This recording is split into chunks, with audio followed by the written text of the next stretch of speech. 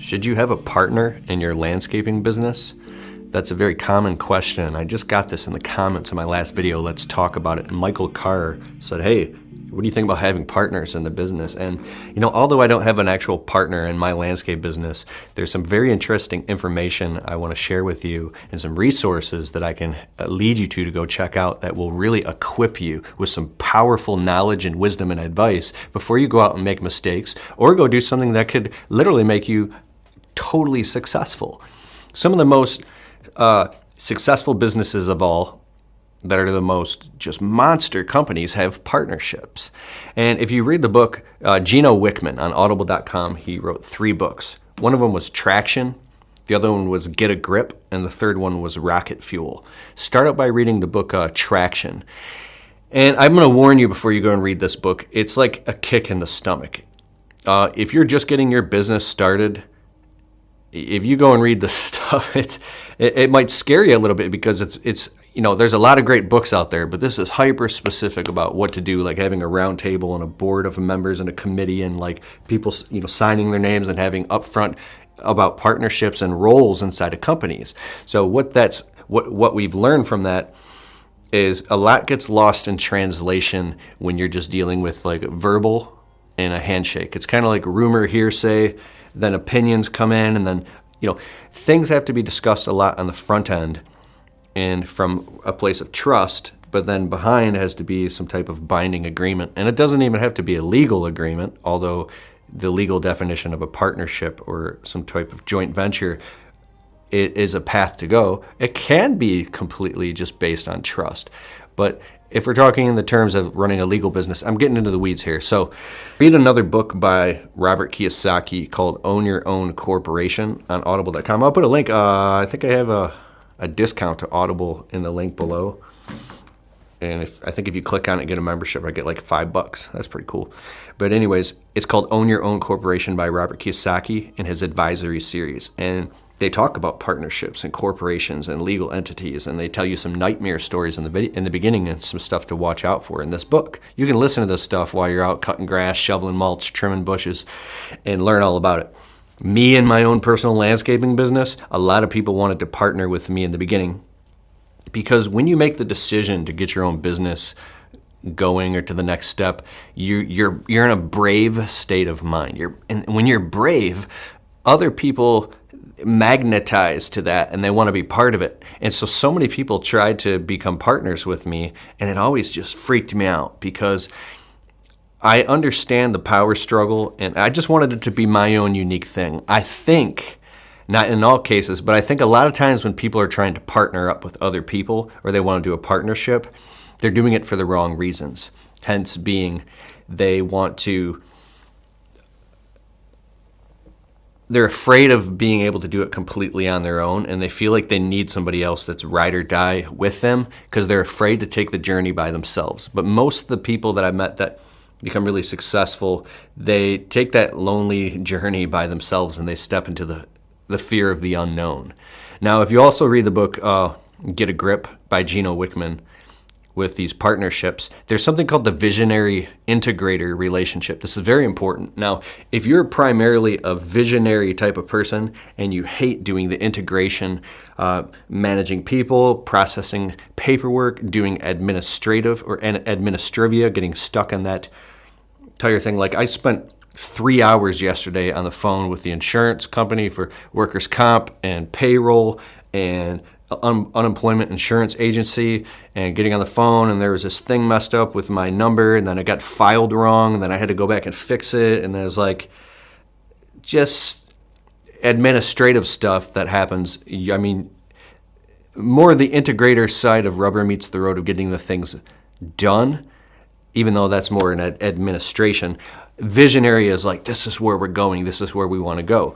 It's not very often that you have somebody who's a visionary and an integrator inside of one mindset or one body, although you can switch multiple hats.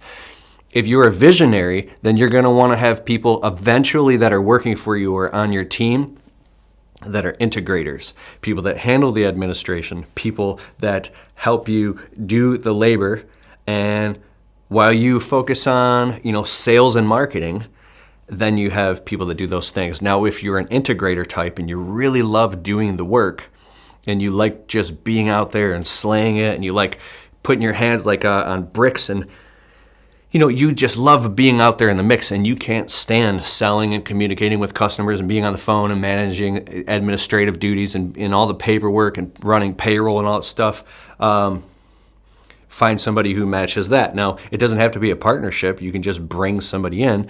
But if it's a partnership, that means you're sharing with somebody the profits of the business. So before you get into a partnership, you should have some type of exit strategy. These are these milestones. This is what will work. This is what it will look like when it's not working. Don't ask me. Get these books and learn about it and go find somebody who's in a partnership. I've heard nightmare stories about partnerships, but I've also heard phenomenal stories. Me and my landscaping business, I have friends that we team up. I don't like to turn down work if there's some big ass tree.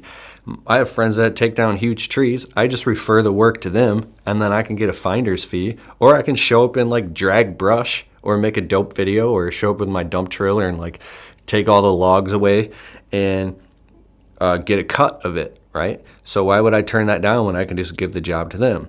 But I know with my partnerships with my friends that do tree work, it's rooted completely in trust and in transparency. And if at any time they feel or I feel that we're bullshitting each other about the money or the price of the job or trying to sweep something under the rug, it just doesn't fly.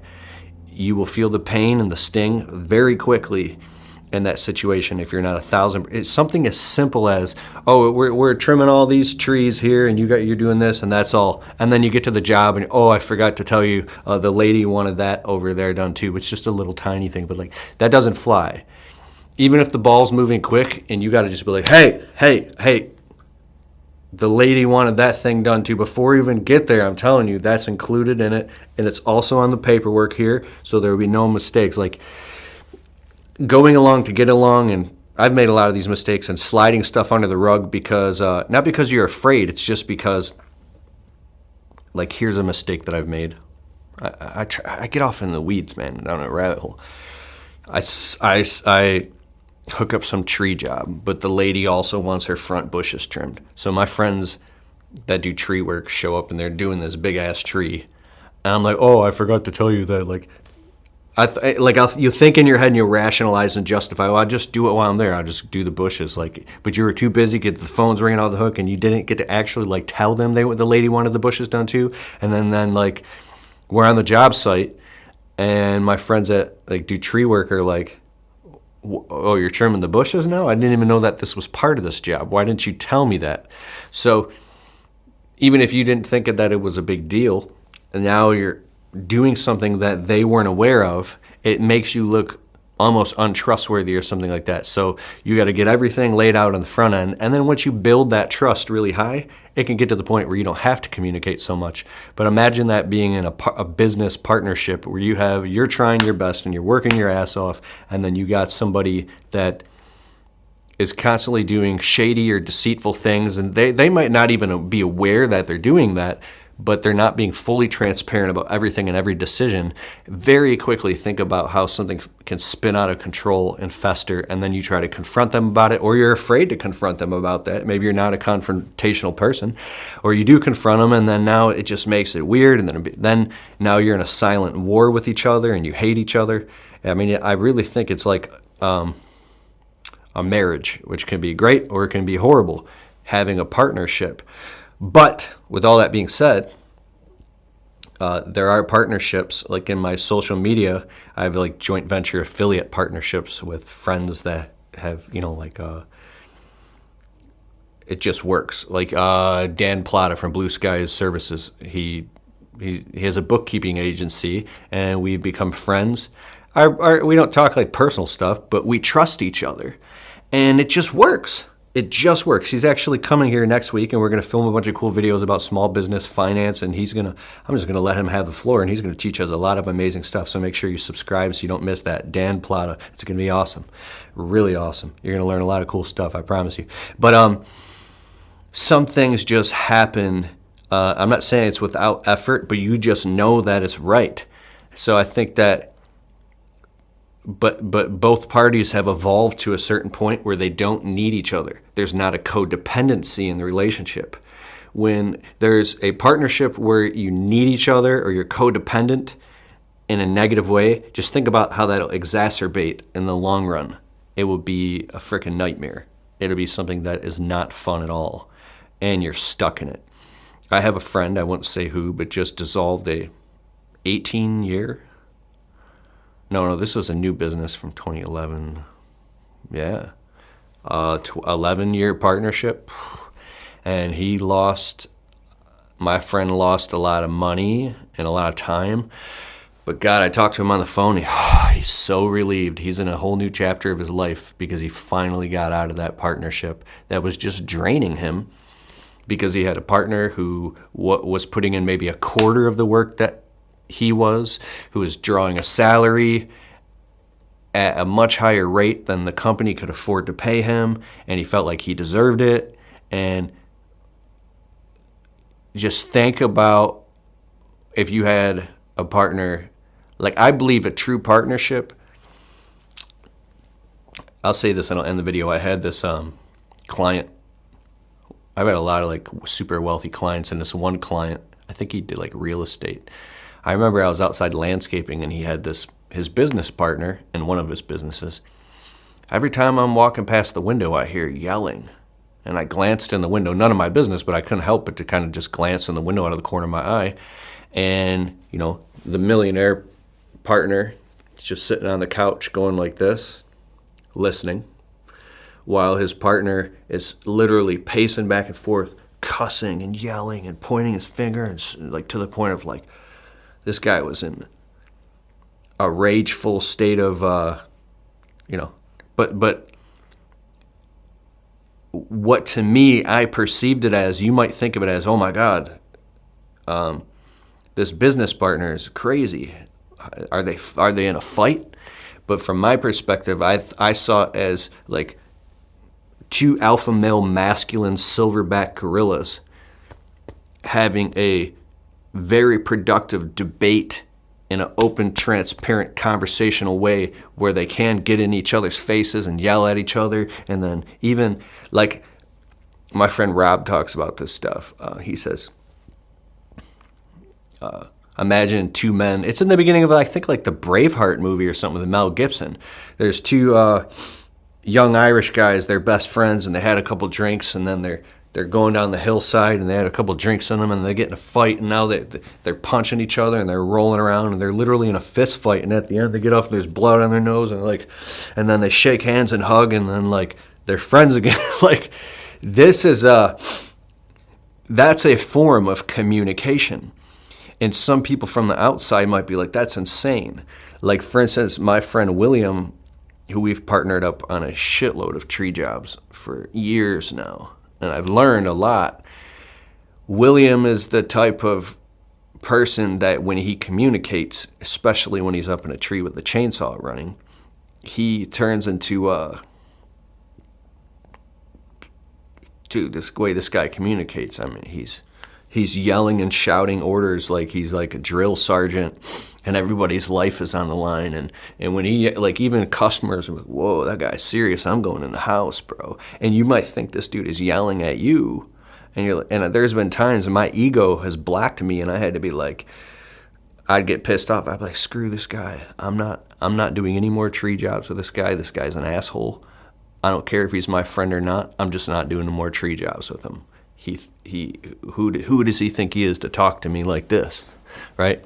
And then I started communicating with him, and he's like, no, I care so much about everybody's safety, and I care about the outcome of this job, and it's so serious to me that I yell because I don't want anybody walking in front of a branch, or because his obsession with efficiency, it's just his radical form of passionate communication. He's not trying to be an asshole at all, right? So I think that different people communicate in different ways, and if you have a partnership, especially in a business, you got to be ready